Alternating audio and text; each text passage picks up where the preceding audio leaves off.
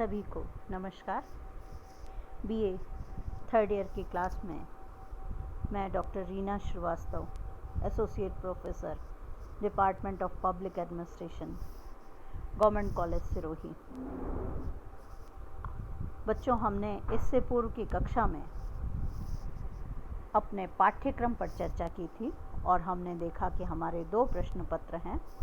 पहला प्रश्न पत्र जो है वह है तुलनात्मक लोक प्रशासन, जिसमें हम इंग्लैंड, अमेरिका, फ्रांस और भारत के तुलनात्मक अध्ययन करेंगे। और दूसरा पेपर है हमारा स्थानीय प्रशासन, भारत में स्थानीय प्रशासन के बारे में। आज जो हम पहला टॉपिक ले रहे हैं, स्थानीय प्रशासन क्या है और उस पर हम चर्चा करेंगे। स्थानीय प्रशासन का अर्थ है कि वह प्रशासन जो कि जिसका संबंध उस स्थान विशेषक के निवासियों द्वारा स्वयं का शासन व्यवहार उनके द्वारा किया जाए। प्राचीन भारत में केंद्रीय सत्ताओं ने स्थानीय शासन में कभी हस्तक्षेप नहीं किया और ये संस्थाएं स्थानीय उत्तरदायित्व के आधार पर अपने क्षेत्रों का प्रबंध पूर्ण स्वतंत्रता के साथ करती थीं। जैसे हम बात करें चोलों की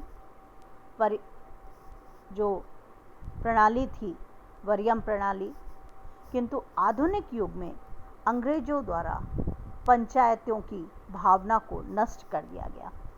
स्वतंत्र भारत के प्रारंभिक असफल प्रयासों के बाद स्थानीय स्वशासन संस्थाओं को संवैधानिक रूप से सक्षम बना दिया गया। विश्व के अन्य देशों में भी स्थानीय शासन मौजूद है।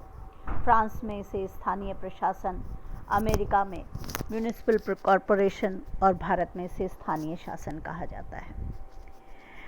ब्रिटिश काल में स्थानीय स्वशासन और स्वायत्त शासन 2 संस्थाएं का प्रयोग किया जाता था, 2 शब्दों का प्रयोग किया जाता था और भारतीय संविधान में स्थानीय शासन शब्द का प्रयोग किया।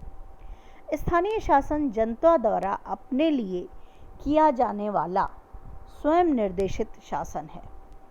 यह लोकतंत्र की आधार है, जिसकी मान्यता है कि सत्ता जनता में निहित होती है। भारत में प्राचीन काल से स्थानीय स्वशासन की नागरिक प्रबंध में महत्वपूर्ण भूमिका रही थी, जो अब स्वतंत्र भारत में जिसे संवैधानिक रूप से लागू कर दिया गया। हम इसकी परिभाषाओं के संदर्भ में कुछ परिभाषाएं देखेंगे। ब्रिटानिका विश्व शब्दकोश के अनुसार स्थानीय शासन का अर्थ है राज्य की अपेक्षा आंतरिक एवं लघु प्रतिबंधित क्षेत्र में निर्णय लेने तथा उनको क्रियान्वित करने वाली सत्ता, यानी ऐसी सत्ता जो पूर्ण राज्य की अपेक्षा एक भीतरी प्रतिबंधित छोटे क्षेत्र के लिए निर्णय लेती है और उसे लागू करती है।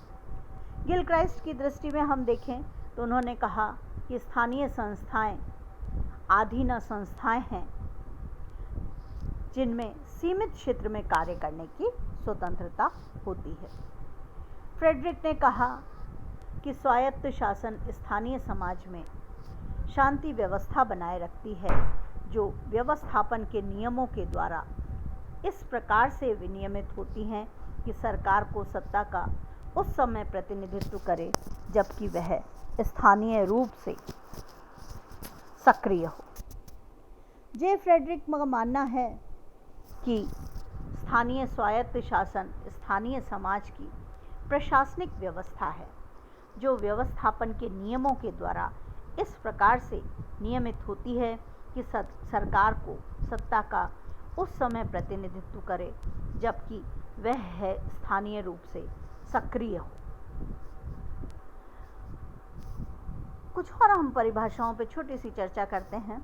डॉक्टर आशीर्वादम, भारतीय जो विचारक थे, उन्होंने कहा स्थानीय स्वशासन केंद्रीय अधिनियम द्वारा निर्मित ऐसी ग्रामीण या नगरीय प्रशासन की इकाई है जिसमें चुने हुए प्रतिनिधि तय सीमा के अंतर्गत अधिकारों का प्रयोग लोक कल्याण के लिए करते हैं। MP शर्मा जो प्रमुख विचारक हुए, उनका मानना था कि स्थानीय शासन से आशय है जनता द्वारा अपने निकट के केंद्रों में अपने लिए किए जाने वाला शासन। जो प्राचीन भारत में हम बात करते हैं स्थानीय शासन की, जो हमारी परंपरा थी वो बहुत प्राचीन थी। भारत हमेशा से ही बच्चों गांवों का देश रहा है और गांव जो है स्थानीय शासन की एक धुरी के रूप में रहे थे। तो हम देखेंगे कि जो प्रोफेसर ऑल्टेकर ने कहा, जो उन्होंने इतिहास की रचना की, कि अति प्राचीन काल से ही भारत के में जो ग्राम व्यवस्था थी वो धुरी के रूप में रही थी। राज्य और स्थानीय शासन का गहरा संबंध है, लेकिन जो गांव बाद में नगर हुए वहाँ भी ये संबंध बना रहा और इसीलिए भारतीय गांव और नगर दोनों ही स्वशासन की परंपरा बने। सिकंदर ने जब भारत पर आक्रमण किया तो उसके यूनानी लेखकों ने पंजाब में नगरीय शासन का उल्लेख किया। नगर प्रमुख सर्वथा चिंतन नामक अधिकारी होता था। चाणक्य ने अर्थशास्त्र में पाटलिपुत्र में नगरीय शासन, जहाँ पर जनपद के बारे में उल्लेख किया गया, जहाँ प्रमुख उसका नागरिक होता था। तो जो परिभाषाएं दी हैं उनसे ये स्पष्ट होता है कि स्थानीय स्वशासन का तात्पर्य उन स्थानीय संस्थाओं के शासन से है जो स्थानीय लोगों द्वारा निर्वाचित प्रतिनिधियों द्वारा संचालित होता है तथा जिनमें राष्ट्रीय या राज्य सरकार के नियंत्रण में रहते हुए स्थानीय स्तर की समस्याओं के शासन हेतु अधिकार प्राप्त होता है। स्थानीय शासन अपने सीमित क्षेत्र में प्रदत्त अधिकारों का उपयोग करता है, किंतु स्थानीय शासन अपने क्षेत्र में संप्रभु नहीं होता। इन संस्थाओं में अपने कार्य क्षेत्र में पर्याप्त स्वतंत्रता होती है और सामान्यतः केंद्र व राज्य सरकार इनके कार्यों में हस्तक्षेप नहीं करती। सरल भाषा में हम देखें तो भारत में स्थानीय प्रशासन से टॉप पर उन्हें निगमों और नगर पालिकाओं एवं पंचायतों की व्यवस्थाओं से है। तात्पर्य जो है हमारा, कुछ प्रिंटिंग मिस्टेक्स हो गई हैं। निगमों और नगर पालिकाओं एवं पंचायतों की व्यवस्थाओं से हुए जिनका संबंध स्थानीय क्षेत्र विशेष के नागरिकों से होता है। भारत में दो प्रकार की व्यवस्थाएं हैं, शहरी और स्थानीय, जिन पर हम अगले लेक्चर में चर्चा करेंगे। कुछ हमारे जो वीडियो थे जो पुराने हैं वो भी मैं आप लोगों के साथ में शेयर करूंगी, उसे भी आप लोग देखने का ज़रूर प्रयास करें। तो ये जो स्थानीय प्रशासन है वो स्थानीय स्तर की समस्याओं का समाधान करने के लिए कार्य करते हैं। दो स्तर पर इनको बांटा गया है, ग्रामीण प्रशासन और नगरीय प्रशासन। ग्रामीण स्तर पर जो प्रशासन की संस्थाएं हैं वो हैं ग्राम सभा, पंचायत, ग्राम पंचायत और पंचायत समिति और जिला परिषद। नगरीय स्तर पर सबसे ऊपर नगर निगम, फिर नगर पालिकाएं, उसके बाद नगर पंचायत और उसके पश्चात हम कुछ जो एकल उद्देशीय अभिकरण हैं और पोर्ट ट्रस्ट वगैरह संस्थाएं हैं जो, उनके बारे में हम अलग अलग लेक्चर में चर्चा करेंगे। Thanks to all of you.